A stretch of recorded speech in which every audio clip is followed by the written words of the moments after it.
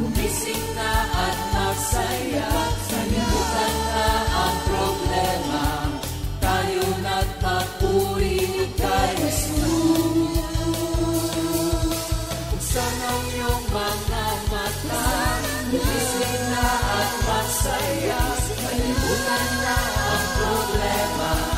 Tayo na't magpuri sa Kanya.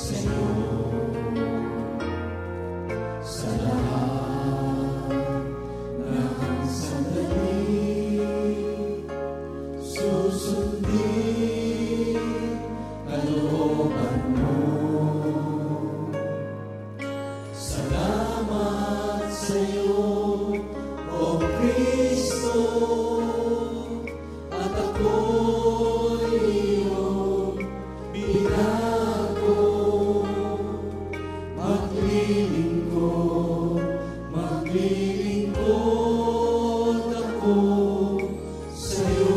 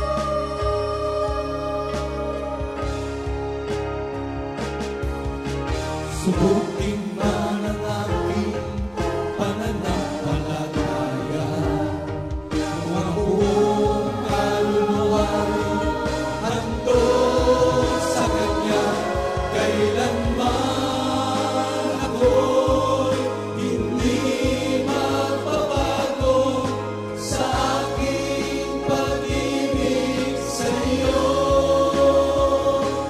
Kailanman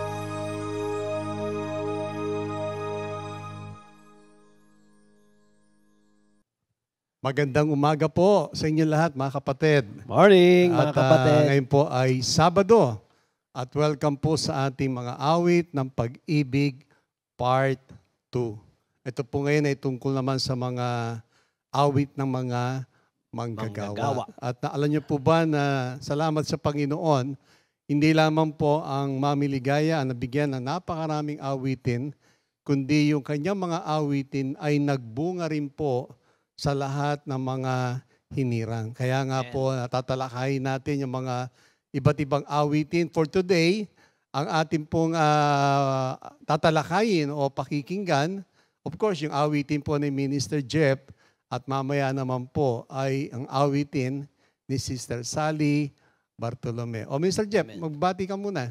Good morning, Jesus, at magandang umaga sa ating mga kapatid. Yung tinatawag na news. Mga kapatiran dyan sa Parting North, good morning po sa inyong lahat. Magandang umaga po. Magandang umaga sa inyo. At sa East, syempre sa East. Good morning mga kapatid. At sa lugar ng South. Hindi ko na iisa-isahin, malaki ang South no? Pastor Rafi. Baka meron tayong makalimutan. Po, magandang umaga po. Mga taga-South. Magandang umaga sa inyong lahat. At dyan sa area ng West. Yan. Good morning, mga kapatid. Sa North. Of course, sa North din. At yung mga kapatiran natin na sa ibang bansa na patuloy na sumusubaybay sa ating awit ng pag-ibig. Magandang umaga po. At alam ko na ang pagpapala ng Diyos ay laging nasa ating lahat. Yan. Thank you, Lord. Amen. Sige, manalangin muna tayo. Sige, tayo manalangin, mga kapatid. Hallelujah, hallelujah, hallelujah. Ama naming Diyos na nasa langit, Diyos na makapangyarihan, may gawa ng langit at lupa, pinagmumula ng aming buhay, ng aming hininga, ng aming kalakasan. Muli sa umagang ito, pinupuri ka namin, pinapasalamatan sa napakagandang araw na ibinigay mo sa amin, Panginoon. Maraming salamat po sa masarap na pagtulog, maagang paggising at panibagong buhay na taglay po namin. At ngayong umaga, ito pong magaganap na gawain, Panginoon, wala pong maitataas, kundi ang iyon dakilang pangalan lamang, Panginoon. Gamitin niyo po kami na inyong lingkod, kami ni Pastor Rapi, Panginoon. Lagyan niyo po ng salita ang aming mga labi at lahat po ng mamumutawi galing lamang sa inyo at magiging pagpapala po sa lahat ng mga makikinig, Panginoon. Maraming salamat po. Sa iyo lang po ang pinakamataas na papuri at pasasalamat. Ito po ay aming dalangin sa pangalan ni Jesus. Amen. Thank you, Lord. So, purihin po ang ating Panginoon. So, sa umaga pong ito ngayon, yung awitin ni Minister Jeff na nakalagay po dyan, Jesus, di ka nagbabago. Mamaya tatalakayin po natin yan dahil sa yung bawat talata po kasi nung awitin ni Minister Jeff, alam niyo po ba lahat ito'y biblical? Kagabi na ito'y aking pinag-aaralan, lahat ito'y biblical eh. Amen. But anyway, no, bago po tayo magpatuloy, bigyan ko lang po kayo ng ilang pointers, no, tungkol sa tinatawag natin mga bagong awitin. Dito po sa Book of Isaiah, sa chapter 42, verse 10, ganito po nakalagay, "Sing a new song to the Lord. Sing His praise, all the world. Praise Him, you that sail in the sea. Praise Him, all creatures of the sea. Sing, distant lands, and all who live there." So dito, mapapansin nyo kagad po yung sing a new song. At lahat po naman ng mga awitin, lahat naman po talaga bago. Kahit naman po ito sa mga manggagawa, ay lahat naman po ito ay bago. Pero alam niyo po ba, ang nakakatuwa po rito, ng ating Panginoon, sabi nga po, God loves doing a new things. Lagi niyang gustong gumawa ng mga bagong bagay, hindi lamang po new things, renewing our body, soul, and spirit. Na kung when we sing Him a new song, nangyayari po sa atin, we are worshiping and praising Him, but at the same time, we are renewing minds and soul by remembering the great things He has done. Yun ang maganda na yung ginagawa ng Panginoon na bago sa buhay ng tao, sa lahat ng bagay, ay napapaloob lagi doon sa mga awitin. Nandun po lahat yun. Kaya nga, ang Panginoon, lagi siyang gumagawa ng mga bagong bagay na kaya mamamangha, kaya lahat ng tao mamamangha. Pag lalo sa mga awitin, mamamangha ka na, paano nakalikha ng awiting yun? Paano ba nangyari? But anyway, dito rin po sa, sa Psalms 96 verse 1 and 2. Sing a new song to the Lord. Sing to the Lord, all the world. Sing to the Lord and praise Him. Proclaim every day the good news that He has saved us. Dito rin po sa Psalms 98, chapter 98, verse 1, I will sing a new song to you, my God. On the 10-string lyre, I will make music to you. New song na naman.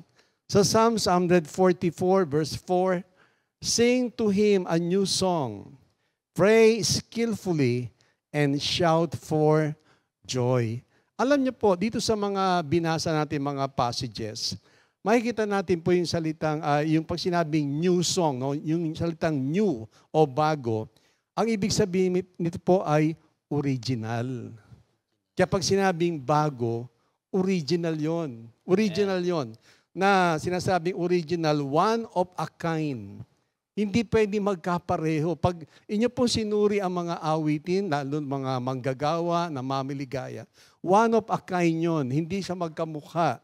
So one of a kind and never seen before or never heard before. Na hindi pa nakita at hindi pa ito narinig kailanman. Kaya pag nadinig mo, mamamangha ka, lalo po ba yung mga melodiya, yung pagkakalikha, magtataka ka na hindi nagkakapare-pareho, but just imagine, napakaraming awitin. Opo, tama. Sa Mamiligaya, more than 100 o 200 new songs Pero out of the 200 songs na yon, hindi sila pare-pareho Magkakaibang tono. O iba yun, hindi lang yung tono. Iba yung melodiya niya, yung tiempo niya, ibang-iba. So hindi lamang yon, dahil ang ating Panginoon is a creative God. Creative siya Hindi siya mauubusan ng mga bagong bagay. Amen. Laging bago, laging fresh. Kaya sabi nga na, the steadfast love of the Lord. Sabi doon na, they are new every morning. Hindi mo pwede sabihin, Lord, pareho rin kahapon to Lord, pareho pa rin to last week Hindi. Every day, sabi nga, ay may bago. May bago siyang ipapamalas o ipapakita sa atin. Na hindi lamang po yon, He is always doing something new. Ngayon, dito sa Isaiah 43, sa verse 18 to 19, ito isa sa mga, sabi natin, famous scriptures sa book of Isaiah. Sabi diyan, but the Lord says, do not cling to the events of the past or dwell on what happened long ago. Watch for new things I'm going to do. It is happening already. You can see it now. So malinaw mo sinasabi niya, sabi niya, laging merong bago, and sabi niya, and it's happening right now. Nangyayari na siya. Kaya everyday mamamanga ka, ano naman yun? Anong wisdom na naman yan? Anong awitin na naman yan? Saan kinuha na naman yan? Para bang isipin mo na, pareho ba yan? Actually, hindi po. One of its kind nga Yung awitin, kaya mamamanga ka. Ngayon, bigyan ko lang po ng meaning itong tinatawag na, ano ba yung testimonial song? Kasi karamihan po ng mga awitin ng mga manggagawa, mga testimonial song. Amen. Pag sinabing testimonial songs, ito ay songs that are personal stories or highlights the theme of salvation or blessings. So personal. Ibig sabihin, ito po yung personal na karanasan nung gumawa. At kadalasan, yung awitin na yon, ang kanyang concentration ay tungkol sa salvation at tungkol sa blessing. At ito nga po yung tatalakayin natin, itong awitin ni Minister Jeff, kasi ito ay more on salvation to Kaligtasan to no? Tama po. Di po ba? Ngayon, matanong kita, Brother Jeff, no? Dito sa awitin mo na Jesus, di ka nagbabago. Ano nga pa talaga nangyari dyan? Pwede ba maikwento mo sa ating mga kapatid ko ano ang nangyari? Pwede naman po. Ayan, thank you Lord. Yun nga po, una sa lahat, papuri, pasasalamat sa ating Panginoon sa pagbibigay sa amin ni Pastor Rapi ng pagkakataon na sa umagang ito, no, na gamitin ng ating Panginoon. At katulad nga po nitong ating tinatalakay, itong mga awitin na hindi naman po hindi ka naman basta-basta makakagawa ng awitin, no? Lalong-lalo na tungkol sa Panginoon. Katulad nga po nitong ating awiting to, na ang title nga po, Jesus, di ka nagbabago. Nabuo po ito, na itong awiting ito, mga kapatid, nung kasagsagan o kalagitnaan ng pandemic. Di naman po lingid sa iba sa atin na yung na-share ko na nga po na nangyari sa aming buong mag-anak, Pastor Rapi. Nung panahong yon na yung COVID, deadly talaga nung time na yun. Tsaka laganap noon, laganap talaga. Kasi di ba si Sister Linda nga, isa sa mga naapektuhan. Kinuha ni Lord dahil sa COVID na yan. Kasi nung time na yun, wala pang vaccine. Kaya pag tiningnan mo, ang daming nasa hospital, hindi alam kung anong gagawin.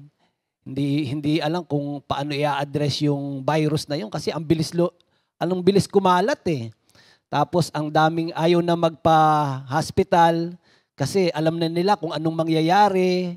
Tapos yung iba nandun na lang sa bahay, parang hinihintay na lang. Tapos yung iba naranasan ko nga na nasa pumunta ng hospital nung time na yon. hindi ka makakapasok dahil ang daming Sobrang dami na ang daming tao sa labas. Overflowing na talaga. Ano yun? Pinakita doon, walang mahirap, walang mayaman. Kahit may pera ka, pagka hindi talaga available, puno yung mga room, hindi ka talaga makakapasok. So, nung time pong yon, kaming mag-anak, nagkaroon ng COVID. At yun sabi ko nga po na hindi ko na talaga pinagsabihan. Si Doc Mon lang si Brother Doc Mon lang nakakaalam niyan. So kaya nabuo rin yung awitin pastor na yung isang awitin ko na binigay ni Lord na Jesus kasama kita. Yung kasama kita, doon din po nabuo yung awitin yun. Maraming awitin na nabuo noong pandemic na yan. At ito nga po, isa ito sa nabuo, binigay sa akin ni Lord itong Jesus di ka nagbabago. Pero nabuo po ito, Pastor Rapi, mga kapatid, nung gumaling na po kami. Nung gumaling na po kami na mag-anak. Pinakahuli akong gumaling nung time na yun, Pastor Rapi. Yung sa mga bata, parang ilang araw lang, ilang days lang, okay na. Sister Marichu, umabot mga 2 weeks or 3 weeks. Ako buwan ako noon. Kaya ang ginawa ko, dahil buwan po akong may ubo, may sipon, ang tagal nung ubo ko. Doon po ako sa itaas, sa second floor, sa worship center. Nag-isolate po ako doon. At doon po ang ginagawa ko, wala akong ginagawa kundi umawit ng umawit kay Lord. Kasi parang ang hirap nung kalagayan na yun na hindi mo alam kung kukunin ba ako o ano kayang mangyayari sa akin. Kaya wala akong ginawa kundi umawit ng umawit. Pero kaya nabuo yan kasi kumbaga nakaligtas na-save. Kumbaga yung mag-iina ko gumaling. Pero nung time na yan, pagaling na rin naman ako noon. Kaya alam ko ma-overcome ko itong COVID na to. Kaya nung kinuha ko yung gitara ko, umawit ako, yan. Nabuo itong awiting to na sa lahat ng oras, Jesus, hinahanap ka sa lahat ng panahon, Jesus, pupurihin kita. Kumbaga, yun na lang yung lumabas sa aking mga labi na wala ka palang gagawin sa ganung kalagayan kundi hanapin si Lord. Hindi, dinadala tayo ni Lord sa point na wala ka talaga magagawa Wala na, kasi kahit mga doktor, hindi mo na pwedeng mismong doktor, namamatay din Namamatay din yung mga doktor. Oo So yung dinala tayo ni Lord dun sa point na helplessness talaga, na wala kang gagawin talaga kundi ang Panginoon Kaya kung mapapansin nyo, yung lyrics nito, halos paulit-ulit lang no? Pero alam mo, Brother Jeff, bago natin talakayin, himayin itong mga lyrics, pakinggan natin yung pagkaka-interpret dito ng Bulacan Group. Umawit dito, taga Bulacan no? Oo, binubuo ito ni Sister Ella Tebes, ni Sister Kim Ignacio, Sister Sai Simulata, Brother Alfred, at yung ating bagong member na batang-bata, si Brother Brent. Wow. So pakinggan po natin yung pagkaka-interpret bago natin talakayin po itong mga... Sister Reyna Ignacio. Hindi, si Rain, mamaya pa si Rain. Ay nga pala, oo nga pala si Rain. Si Rain pa pala, nandun pala. Kapatid to si Kim at si Rain. Sige, pakinggan na po natin yan yung banda ng Bulacan no? Ito yung ngayon ang latest. Amen.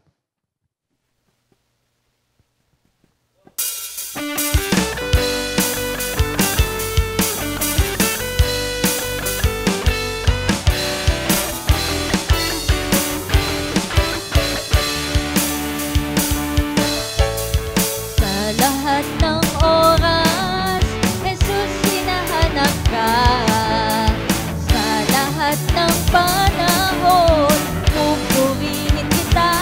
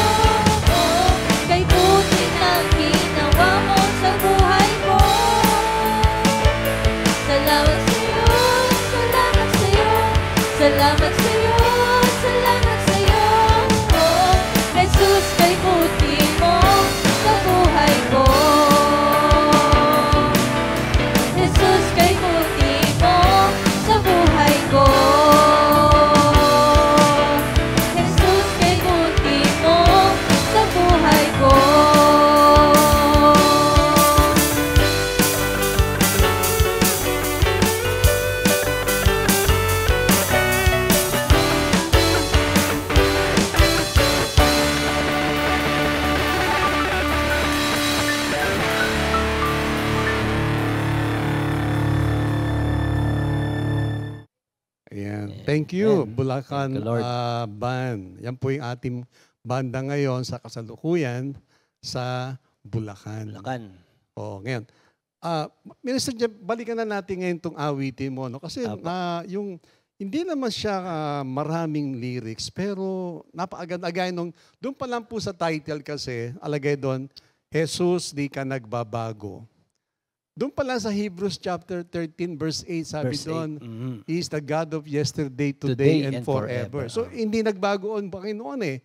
Doon din po sa Malakay chapter 3 verse 6, sinasabi doon, I am the Lord and I do not change. Doon pa lamang sa lyrics ay makikita po natin na ang Panginoon nagpapakilala siya na hindi lamang dito sa awiting to, kundi dito sa mga talatang yon, na ang Diyos natin ay hindi nagbabago. As well as ang kanyang kapangyarihan. Kasi minsan, maaaring isipin natin, baka mahina na si Lord, baka matanda na ang Baka Panginoon. matanda na. Pero hindi po. Hindi nagbabago kung ano yung kanyang kapangyarihan noon. Ngayon, magpakailanman, hindi magbabago yan. Lalo ang kanyang katapatan. Ngayon, balikan na natin, Minister Jeff, yung mga lyrics. Apo. Sabi rito, sa lahat ng oras, Jesus, Jesus, hinahanap ka. hinahanap ka. Bakit kagad yun ang lyrics na pumasok sa isip mo?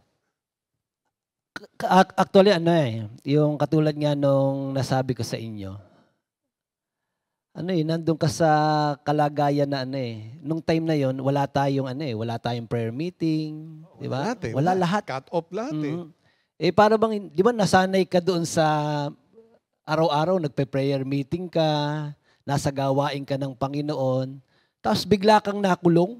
Oo nga Tapos nakulong ka, tapos meron ka pang ganong karamdaman. Tapos at the same time, yung karamdaman mo, yun yung buong mundo, ang nababalita, maraming namamatay doon. Oo. Kaya para bang pag inisip mo, ano na yung mangyayari sa'yo? Kaya nung time na yun, wala ka talagang ibang hahanapin kundi si Lord. Oo nga no? Parang wala ka nabanggit na iba kundi ang Diyos eh.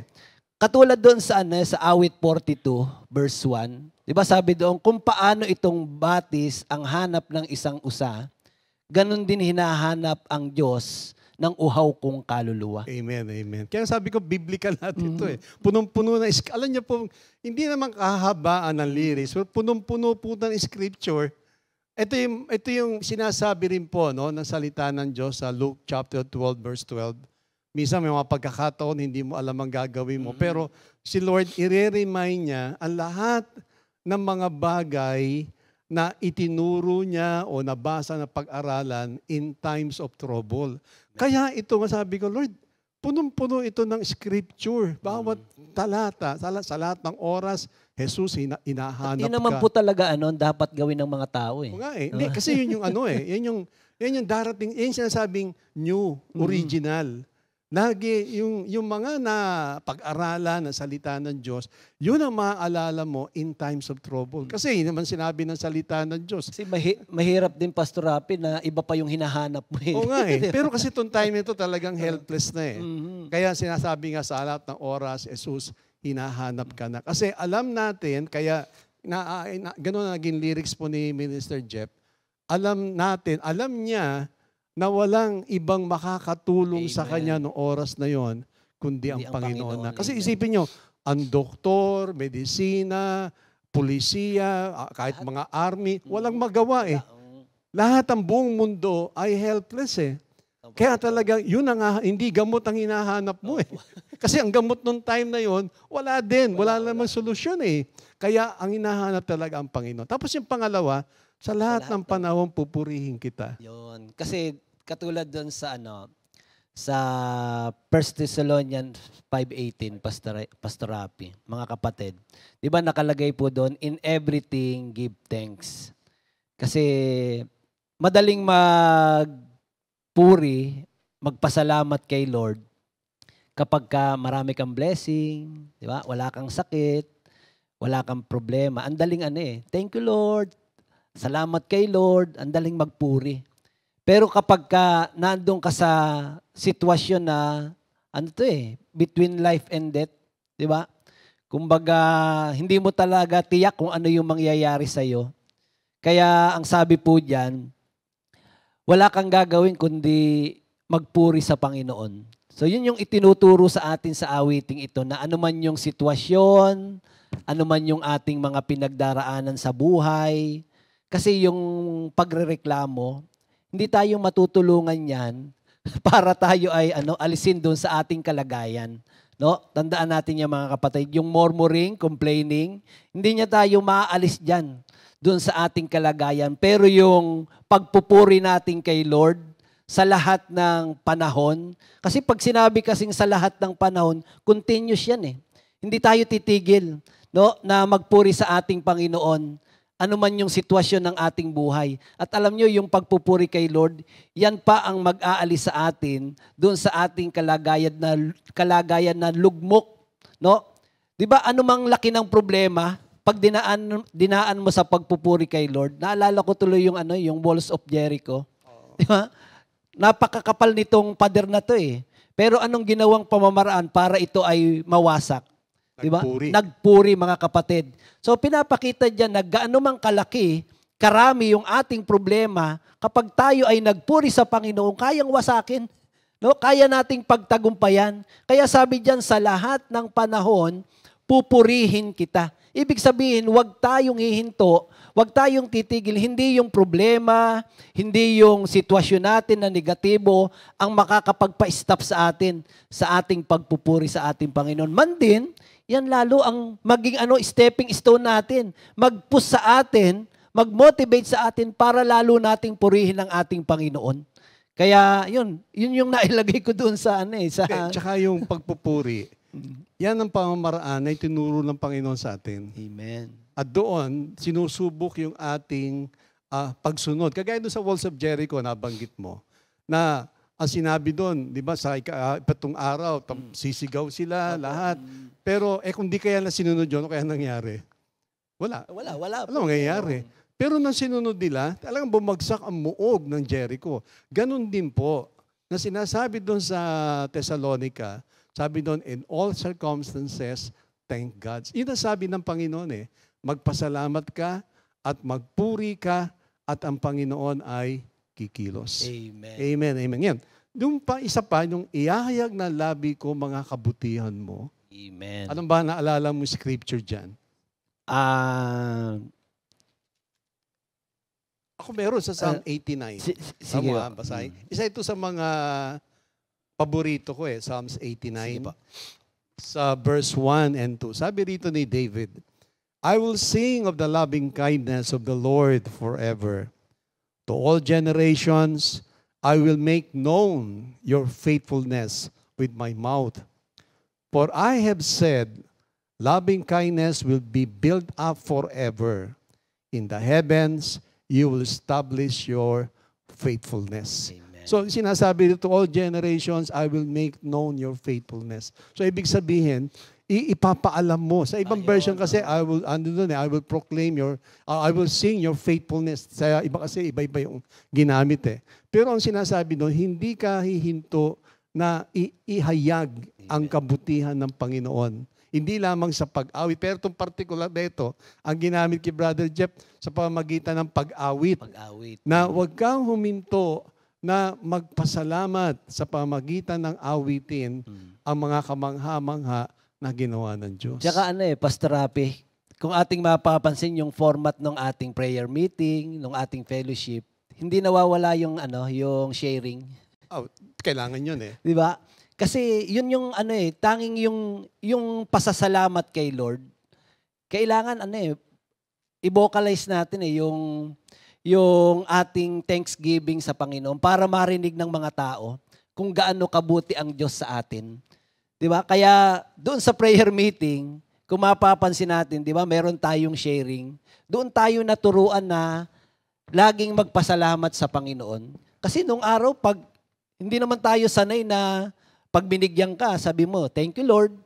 'Di ba? Pag binigyan ka parang instant na Yun, instant. Nakagad. Purihin ng Diyos. Salamat sa Diyos. Mantala wala Di ba kahit yung mga anak natin, mga apo natin, di ba? Yung tinuturuan natin ngayon na kahit anong ibigay o kahit candy nga lang, anong sasabihin mo? Di ba sasabihin natin, sabihin mo, thank you, Lord. Tinuturuan kasi yung salitang thank you, ang tawag daw po dyan sa atin, magic word. Pero sa ating mga Kristiyano, hindi lang thank you eh. Thank you, Lord. Kasi yung thank you, Lord, Pastor Rapi, mga kapatid, simpleng salita. Di ba? Thank you, Lord. Parang napakasimpleng salita. Pero ang lakas pala ng impact niyan kay Lord. Totoo yun. Kasi yan lamang salitang yan ang pwede nating sabihin kay Lord para makatanaw tayo ng utang na loob sa lahat ng ginagawa ni Lord sa ating buhay. Amen. Amen. Eh di ba Totoo minsan yan. ang dami nang blessing pero hindi pa nakakapagpasalamat. Minsan nga nasa iyo na lahat pero parang ang naririnig pa rin puro reklamo.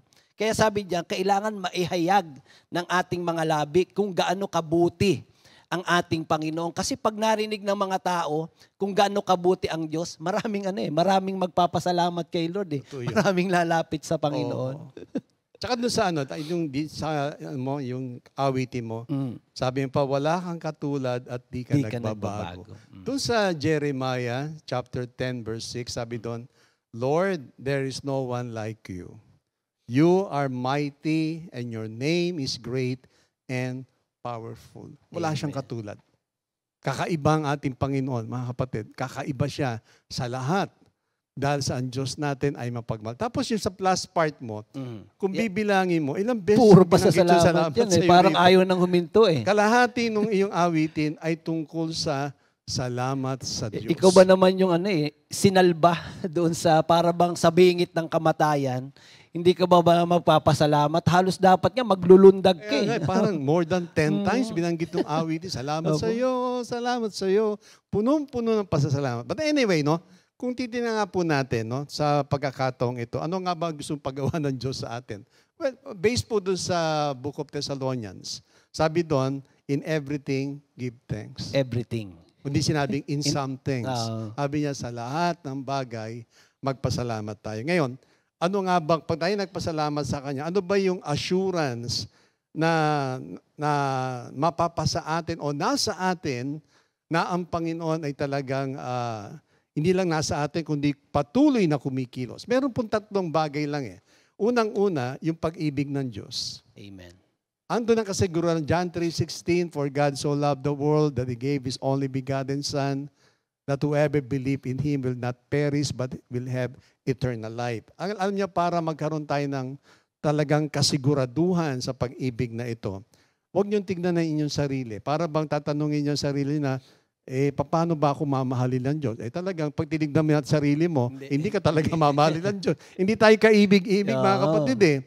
Pero ang ating titignan, ano ang sinasabi ng salita ng Diyos? Amen. Na sinabi niya doon, for God so loved the world that He gave His only begotten Son, that whoever believe in Him will not perish but will have eternal life. Pangalawa, God is in control of everything that has to do with our life. May control siya eh. Amen. Kaya lang, pag nandun ka kasi doon sa adversities, ang pakiramdam mo parang walang control. Pero ang totoo, sa Romans 8:28, in all things God works for good eh. Yun ang kailangan maging clear sa atin. Whatever situation nandun tayo, ang Panginoon ay laging in control. Alam niya ang ginagawa niya. Kaya lang, crucial yun, gumagawa sa lahat ng nagmamahal. nagmamahal. Pero bisa kahit hindi nagmamahal. Nandun pa, kasi pag sinabing, agay na umuulan, umaaraw sa mabuti at masama, parang kahit sa masama, umuulan pa rin, umaaraw eh. So, ibig sabihin, talaga ang Panginoon, wala siyang pinipili. Siguro, pero mas higit yung nagmamahal. Ayaw ko naman sabihin, mas favored sila, no? Pero, ganun ang pag-ibig ng Diyos eh. Wala siyang pinipili. At pangatlo, God is wiser than us. Amen. Matalino siya. Alam niya kung ano ang ginagawa niya. Kaya lang, may mga pagkakataon, gano'ng kadalas natin kine-question ang pattern. Pag nandiyan yung mga situation, Lord, ang kasalanan ko. Lord, ang ginawa mo to. Yung nga po. Siguro because of lack of information o dahil sa lack of knowing who God is, nagkakaroon tayo ng maging katanungan. Sa naway, no? Sa mga oras na mga kung ano man nangyayari, alam natin that God is always in control. Saka, alam ng Diyos ang kanyang ginagawa. Yes, alam niya eh. Hindi natin, Lord, mali ata yung ginawa mo. Hindi po pwede magkamali ang Diyos eh. For God ay meron siyang plano sa buhay ng tao. Kaya lang, Isaiah 55, tandaan po natin yan, verse 8 to 11, His ways and thoughts are far beyond. Amen. Hindi talaga natin maintindihan. Pero, lagi natin tatandaan, mahal na mahal tayo ng Panginoon. Amen. Ngayon, bago tayo magpatuloy, siguro yung mga kaarawan muna. Opo, syempre. Ito ay Sabado, no? At April 29. Ayan. So, ang mga may birthday ay Sister Pe Marbid. Ayan. Yan. Sister Flor Lasherda. Happy birthday, Sister Flor. Sister Cristel Jokno.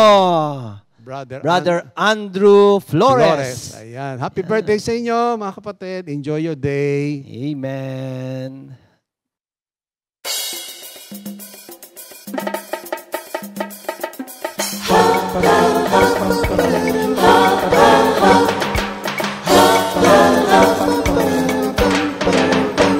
Happy, happy, happy, happy, happy, happy, happy. Happy, happy birthday. Happy, happy birthday. Happy birthday. Happy birthday to you. Happy, happy birthday. Happy, happy birthday. Happy birthday. Happy birthday to you. Happy birthday! May the good Lord bless you. May the Lord's light shine upon you. Happy, happy birthday to you. Happy, happy birthday to you.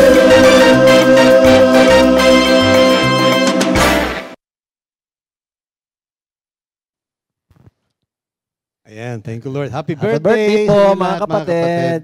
Thank you, Lord. Enjoy your day with the Lord. Amen. Ngayon naman po, itong second part, ay ito naman po yung awitin ni Sister Sally Bartolome.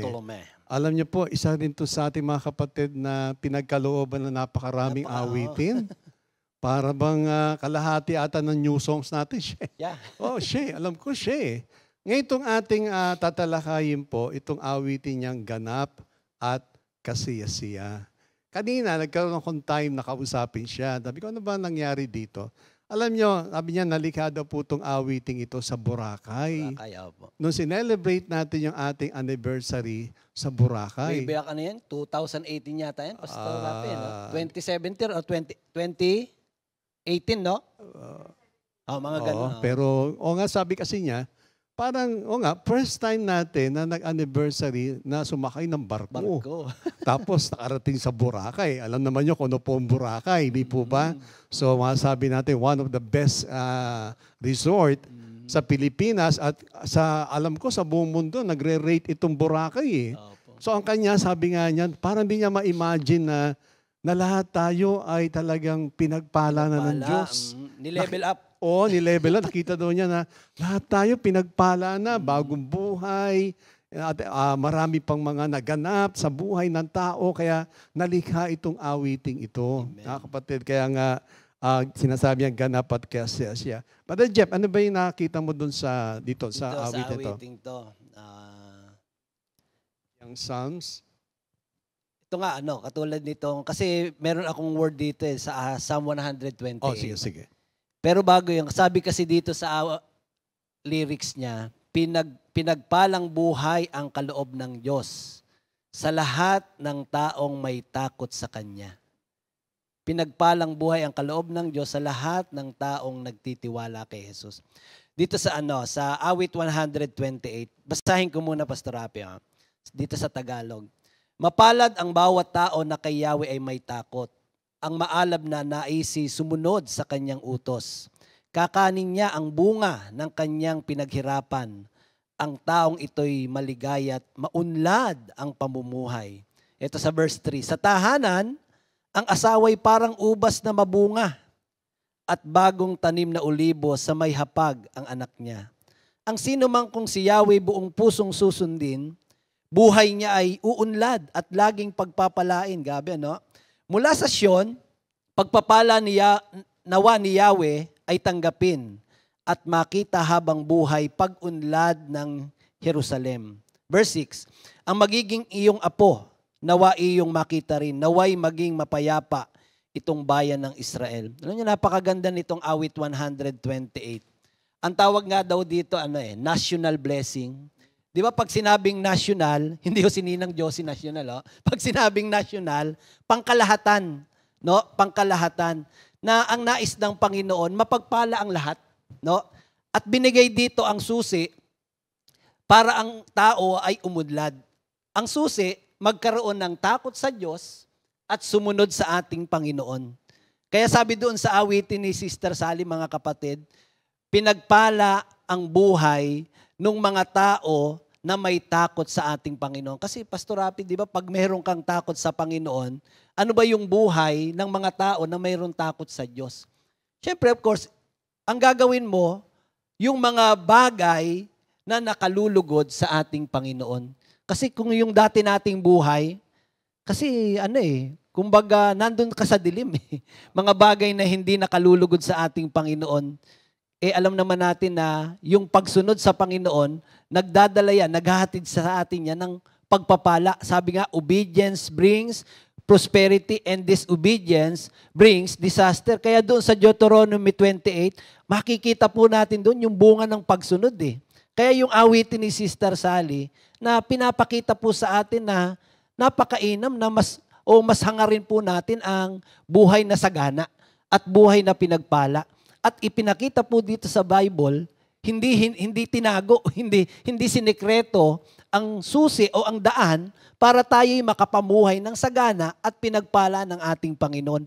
Inihayag po sa atin, mga kapatid. Kaya nasa sa atin na. Kung gusto nating mamuhay ng sagana, ganap at kasiyasiya, yan, pinakita dyan. Gawin natin kung ano yung pinagagawa ng ating Panginoon. Amen, amen. Siguro bago tayo magpatuloy, pakinggan na natin yung interpretation. Bulacan din yan. Bulacan dito eh. Si Sister Ray naman, Ignacio ang aawit, together with Brother Brent, Sister Sai sa drum, at sa piano si Brother Alfred. Thank you, Lord.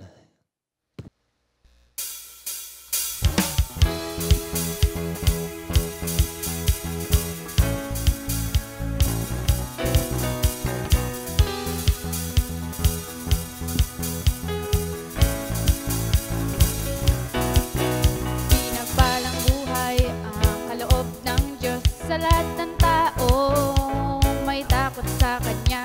Pinagpalang buhay ang kaloob ng Diyos sa lahat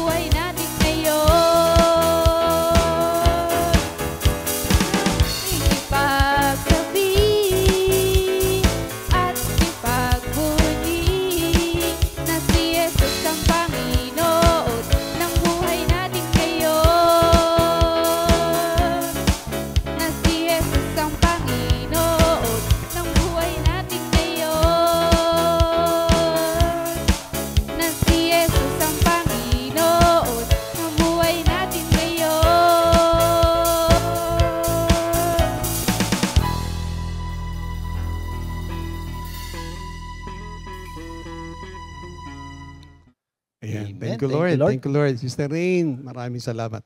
Ngayon, yung scripture po na pinagkaloob kay Sister Sally, no? Isa yun doon kay Brother Jeff. Dito rin po sa John chapter 10, verse 10. Ang nakalagay po rito, the thief comes only in order to steal, kill, and destroy.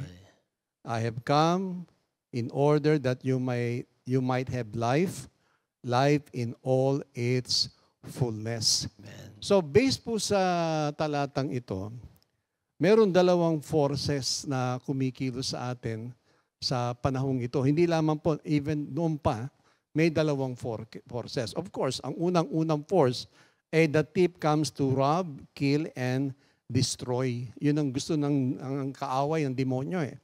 Ngayon, ano ba yung ninanakaw sa atin ng demonyo? Unang-una, yung purity, yung kalinisan ng buhay. Pilit niyang winawasak ito. Patuloy niyang sinisira ang kalinisan ng buhay ng bawat tao. At hanggang ngayon, napapansin naman po ninyo siguro, no? Yung mga nagaganap sa kapaligiran at lahat naman nakikita, naririnig at napapanood ito. Pangalawa, yung standard of living.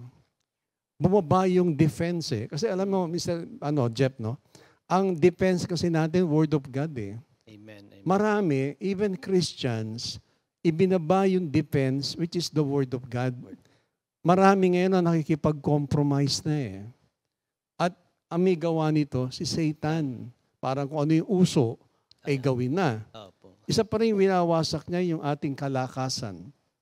Dinidestroy niya yung power to us to resist temptations.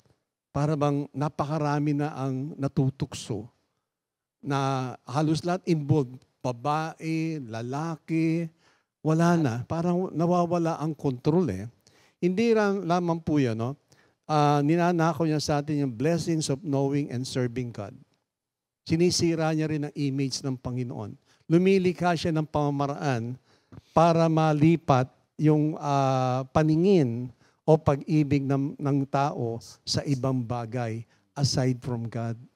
Ngayon yung tinatalakay, kung nasundan niyo po yung topic ni Sister Ria, yung pagiging covetousness ng rich man. Nilayo na siya dun eh. Wala na talaga eh. Now, at ang kanya pa rin, hindi lang niya ninanakaw, kundi yung kanya dinidestroy. Ang dinidestroy niya yung drawing us away from the Word. Nilalayo niya tayo sa salita ng Diyos. Kaya nga, sinasabi na ng salita ng Diyos, heaven and earth will pass away, but my word will not. Kaya kailangan, as much as possible, magte-take ng effort ang bawat isa na hindi lamang basahin ang salita ng Diyos, but study the Word of God. Kasi darating ang time, mawawala ang Bible eh. Kung paano kung hindi ka mala nagbasa, hindi ka mala nakapag-memorya, ano ngayon ang maaalala mo? So hindi lamang yun, He draws us away from fellowship. Nabanggit din ni Sister Ria ito, na yung Sunday, mas marami nagtatrabaho, pinagpapalit nila ang fellowship sa paghahanap buhay. Pero bakit yung ibang tao na talagang Matthew 6:33, inuna nila ang Diyos, pinagpala naman sila eh. Pala. So dinadaya lamang ni Satanas ang tao na ang Sunday, mas malakas ang kita. Totoo, hindi eh. Kasi John 3:27 sinasabi, no one could have anything unless God gives it to him. So ang Diyos pa rin ang nagpapala. Hindi lamang He draws us away from prayer. Kamusta na po ang inyong prayer time? Ganong katagal ang inyong prayer time? Meron pa ba? O baka nawawala na? Dapat more of prayer tayo eh. So ano pa ang kanyang dinidestroy? Yung freedom natin. Maraming tao hanggang ngayon ay ibinabalik ni Satanas na maging slave muli. Ang Galatians chapter 5 verse 1 sabi doon, God has set us free and so do not let yourselves be slaves again. Kasi alam niyo po, wala na namang kapangyarihan ng kasalanan sa atin eh. Magkakaroon lamang ng kapangyarihan ng kasalanan sa atin kapag pinahintulutan natin. Di po ba? Kasi alam na naman natin, nakita na natin, sinabi na ng salita ng Diyos eh. So malayo pala siya, alam mo na eh. Hindi yung pwede sabihin, hindi ko alam. Alam natin. Kaya nga lamang, pinahintulutan natin. Ayan, naging slave na naman ang marami. Amen. Now, Hindi lamang po yun. No? Ano nga ba ibig sabihin ng life in all its fullness? Yung awit ni Sister Sally, ganap at kasaya-saya. Ano nga ba ang ibig sabihin nun? But anyway, no, pag sinabi kasing life in all its fullness, tandaan natin, it's a gift of the Lord or a gift of a blessed life from God. Amen. Regalo yun eh. Regalo. Na binibigay ng Diyos, na binanggit nga ni Minister Jeff kanina, those who fear and those who trust God. Actually, yung fear doon, hindi lang basta natakot ka eh. Kundi yung fear na sinasabi po ng Panginoon doon, yung magkaroon tayo ng respect. Reverential fear. O reverential fear. Nakagayang binanggit din doon sa Book of Ecclesiastes. Sa chapter 12, sabi ni Solomon, 2 bagay lang pinagagawa ng Lord sa atin eh. That is to fear God and obey God eh. Hindi naman sinabi ni Lord, magpayaman ka ng gusto eh. Now, for those, sabi nga, who fear God and trust God. Now, pag pinagpalang buhay, tandaan po natin ito mga kapatid. No? Kagaya nung nabanggit ni Staria, no? Luke chapter 12, the parable of the rich fool. Now, ang earthly blessings, tandaan po natin, are temporary. Temporary. Temporary yan. They can all be taken away sa isang iglap. Naalala yung sinabi ng Panginoon doon sa rich fool, you fool, this very night kukunin ko na ang buhay mo. Sino makikinabang na lahat ng iyong Minsan nga, pinagpagala? isang sunog lang eh. Oo, nawawala talaga. Sabi sa Book of Timothy, dumating tayong hubad, lalabas tayong hubad. So, bakit nga ba ang tao natutuon sa pagyaman? Yung po ginagawa ni Satan. Kaya inilalayo niya tayo sa pamagitan ng kayamanan. Now, take note niyo po ito mga kapatid. Ang New Testament has 112 references with the word bless, blessings, or blessed. Tandaan nyo, 112 references. None of which connects blessings to materials, prosperity. Lahat ng 112 references na nagsasabi ng blessed, blessings, and blessed ay walang kinalaman sa material things. Baka nakakaligtaan po natin yan. Wala siyang na blessings to material things na katulad ng Beatitudes. Sa inyo po ito, hayaan yung basahin ko itong Beatitudes.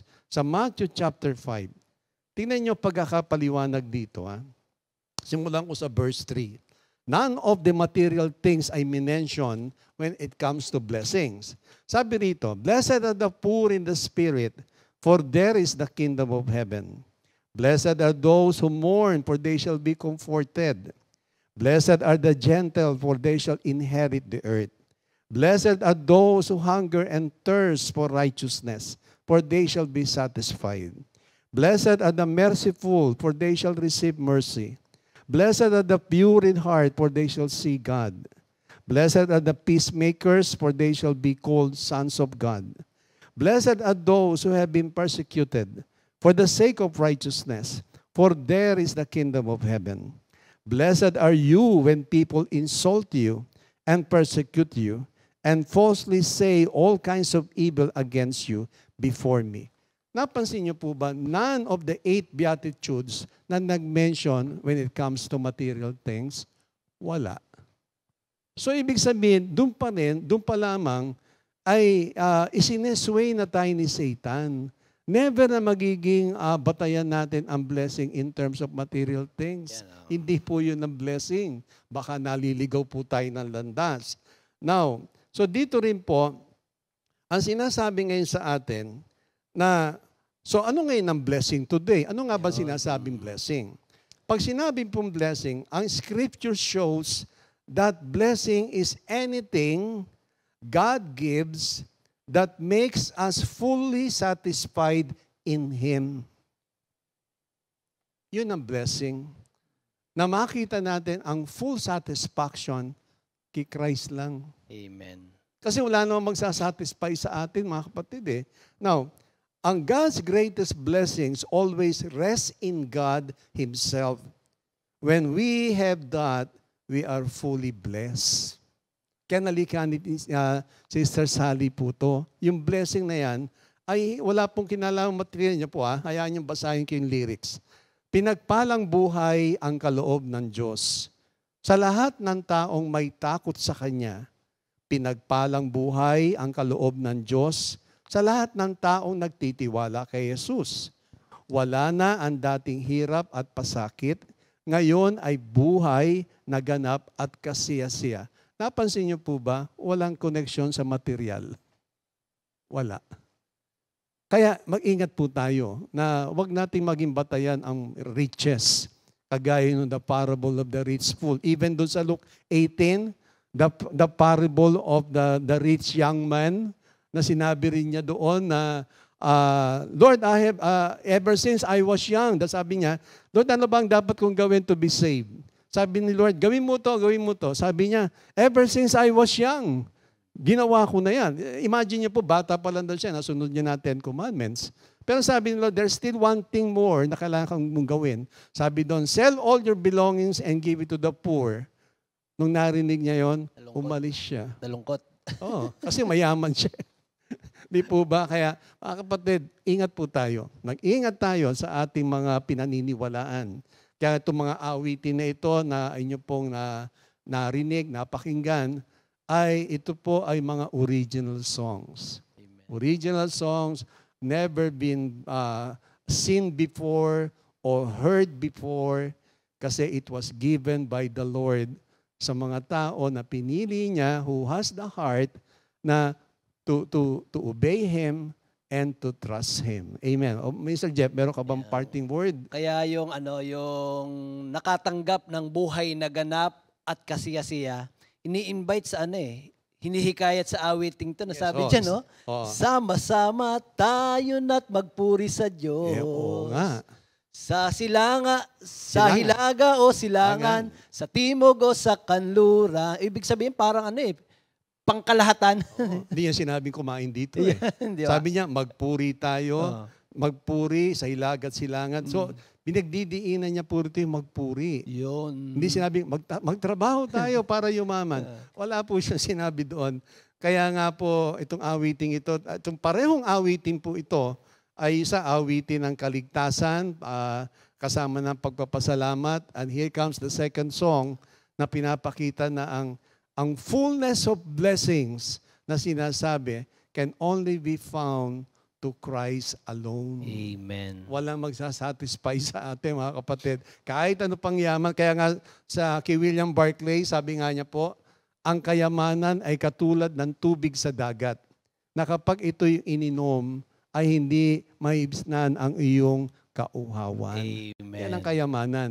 Pero when it comes, blessing that comes from God, magkakaroon ka ng full satisfaction talaga. Amen, amen. Amen. Thank you, Lord. Kaya mga kapatid, maraming salamat sa inyong lahat sa oras na ito. At abangan niyo pa po ang maraming awitin. Si Brother Jeff, marami pa pong awitin ito. At asahan niyo, baka one of these Saturdays muli, ay siya muli ang maglilid dito dahil marami rin siyang awitin na pinagkaloob ng Diyos na punong-puno ng pag-ibig, punong-puno ng pagpapala, at punong-puno ng mga masasayang bagay na naganap sa kanyang buhay. Amen. O parting words, Mr. Jeff. Amen. Kaya sabi nga, tayong mga buhay, tayo ang magpupuri sa Panginoon. Amen. Kasi wala raw magagawa ang mga patay. Kaya yung mga buhay ang magpupuri sa ating Panginoon. Alam niyo mga kapatid, kapag ang mga tao ay hindi na nagpuri sa Diyos, ang uutusang magpuri Mga bato. mga kalikasan. Oo, kalikasan. Kaya wag na po nating hintayin yung mangyari mga kapatid. Tayo na mismo, sa sarili natin, sabi nga sa Psalm 103, utusan natin yung ating kaluluwa na laging magpuri sa ating Panginoon sapagkat yan ang ganap na kalooban ng Panginoon. Tandaan natin, praise is entering into the very presence of God. Amen. Kaya magandang umaga po. Maraming pong salamat sa inyo. Pagpalain po tayo God ng bless ating you all. Panginoon. Thank God you, bless. Lord. God bless mga kapatid. 2 Timothy 2:2. Hallelujah.